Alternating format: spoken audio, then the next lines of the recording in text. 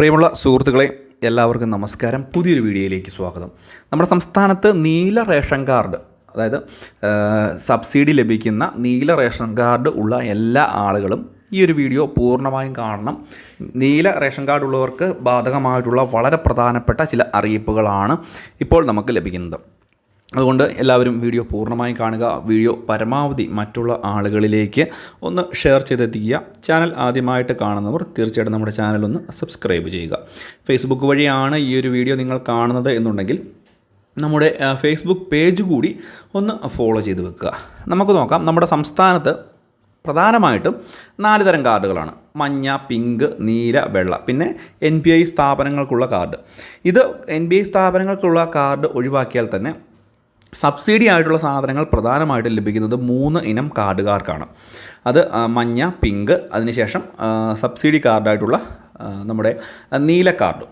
നീല കാർഡിനും ഈ ഒരു ആനുകൂല്യങ്ങൾ കൈപ്പറ്റാറുണ്ട്. പക്ഷേ നീല കാർഡിൻ്റെ ഭാഗത്തുനിന്ന് നമുക്കറിയാം, ഈ സബ്സിഡി സാധനങ്ങൾ വളരെ കുറവായതുകൊണ്ട് തന്നെ നല്ലൊരു ശതമാനം ആളുകളും വിശ്വസിച്ചിരിക്കുന്നത് നീല കാർഡ് എന്തുമാത്രം വരുമാനമുണ്ടെങ്കിലും, എന്തുമാത്രം സ്ഥലവോ അതുപോലെ തന്നെ വീടുകളോ അതുപോലെ മറ്റ് കേന്ദ്ര സർക്കാരിൻ്റെ ആനുകൂല്യം, സംസ്ഥാന സർക്കാരിൻ്റെ ആനുകൂല്യം, ഇങ്ങനെയൊക്കെ തുക കൈപ്പറ്റുന്ന ആളുകൾക്കും ഈ ഒരു നീല കാർഡ് കൈവശം വയ്ക്കാമെന്നുള്ളതാണ്. പക്ഷേ മുൻപ് ഞാൻ ഇതുമായി ബന്ധപ്പെട്ട് ഒരു കാര്യം നിങ്ങൾക്ക് പറഞ്ഞു തന്നിരുന്നു. നീല കാർഡ് കൈവശം വയ്ക്കുന്നതിന് മാനദണ്ഡങ്ങളുണ്ട്, അതിനകത്ത് സബ്സിഡി സാധനങ്ങളുണ്ട് എന്നുള്ളൊരു കാര്യം. അതുകൊണ്ട് തന്നെ ഒരു 1200 സ്ക്വയർ ഫീറ്റിന് മുകളിലേക്ക് വീടുള്ള ആളുകൾ, AC വെച്ചിരിക്കുന്ന വീടുള്ള ആളുകൾ, ഉയർന്ന വരുമാനമുള്ള ആളുകൾ, വാർഷിക വരുമാനമൊക്കെയുള്ള ആളുകൾ യാതൊരു കാരണവശാലും ഈ ഒരു നീല കാർഡ് കൈവശം വെക്കരുത് എന്നുള്ള കാര്യം വീണ്ടും ഒന്നുകൂടി നിങ്ങളെ ഓർമ്മിപ്പിക്കുകയാണ്.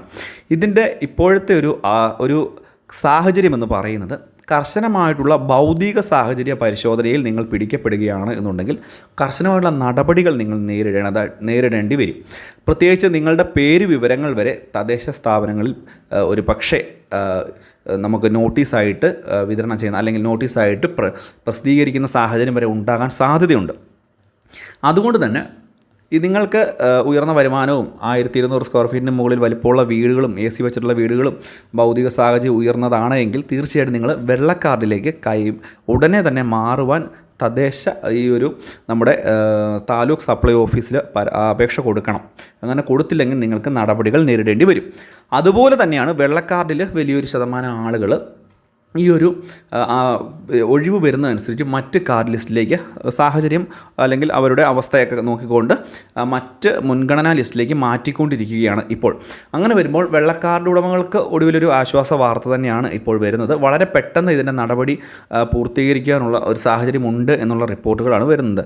നമ്മൾ മുൻപ് നമ്മുടെ ഭക്ഷ്യമന്ത്രിയുടെ ഫോണിൻ പ്രോഗ്രാമൊക്കെ ഉണ്ടായിരുന്നു. ഈ ഫോണിൻ പ്രോഗ്രാം സമയത്ത് വലിയ രീതിയിൽ ഈ ആക്ഷേപങ്ങളൊക്കെ ഉയർന്നു വരികയും ചെയ്തിരുന്നു. ഈ പിങ്ക് കാർഡ്, നീല കാർഡ്, വെള്ള കാർഡ് ഒക്കെ കൈവശം വെക്കുന്ന അർഹതയില്ലാത്ത ആളുകളാണ് എന്നുള്ളൊരു കാര്യം. എന്തുതന്നെയായാലും നിങ്ങൾ ഈ ഒരു കാര്യം ഒന്ന് ശ്രദ്ധിച്ചേക്കുക. വളരെ പ്രധാനപ്പെട്ട ഒന്നാണ്. നടപടി ശക്തമായിട്ട് ഉണ്ടാകും എന്നുള്ളൊരു കാര്യം ശ്രദ്ധിക്കുക. വെള്ള കാർഡ് ഉടമകൾക്ക് ഇനി വളരെ പെട്ടെന്ന് തന്നെ മുൻഗണനാ ലിസ്റ്റിലേക്ക് മാറ്റം ഉണ്ടാവുകയാണ്. ഒഴിവ് വരുന്നതിന് ആനുപാതികമായിട്ട് വളരെ പെട്ടെന്ന് വളരെ പെട്ടെന്ന് മാറ്റം കിട്ടിക്കൊണ്ടിരിക്കുകയാണ്. ഈ ഒരു കാര്യം കൂടി ഒന്ന് മനസ്സിലാക്കുക.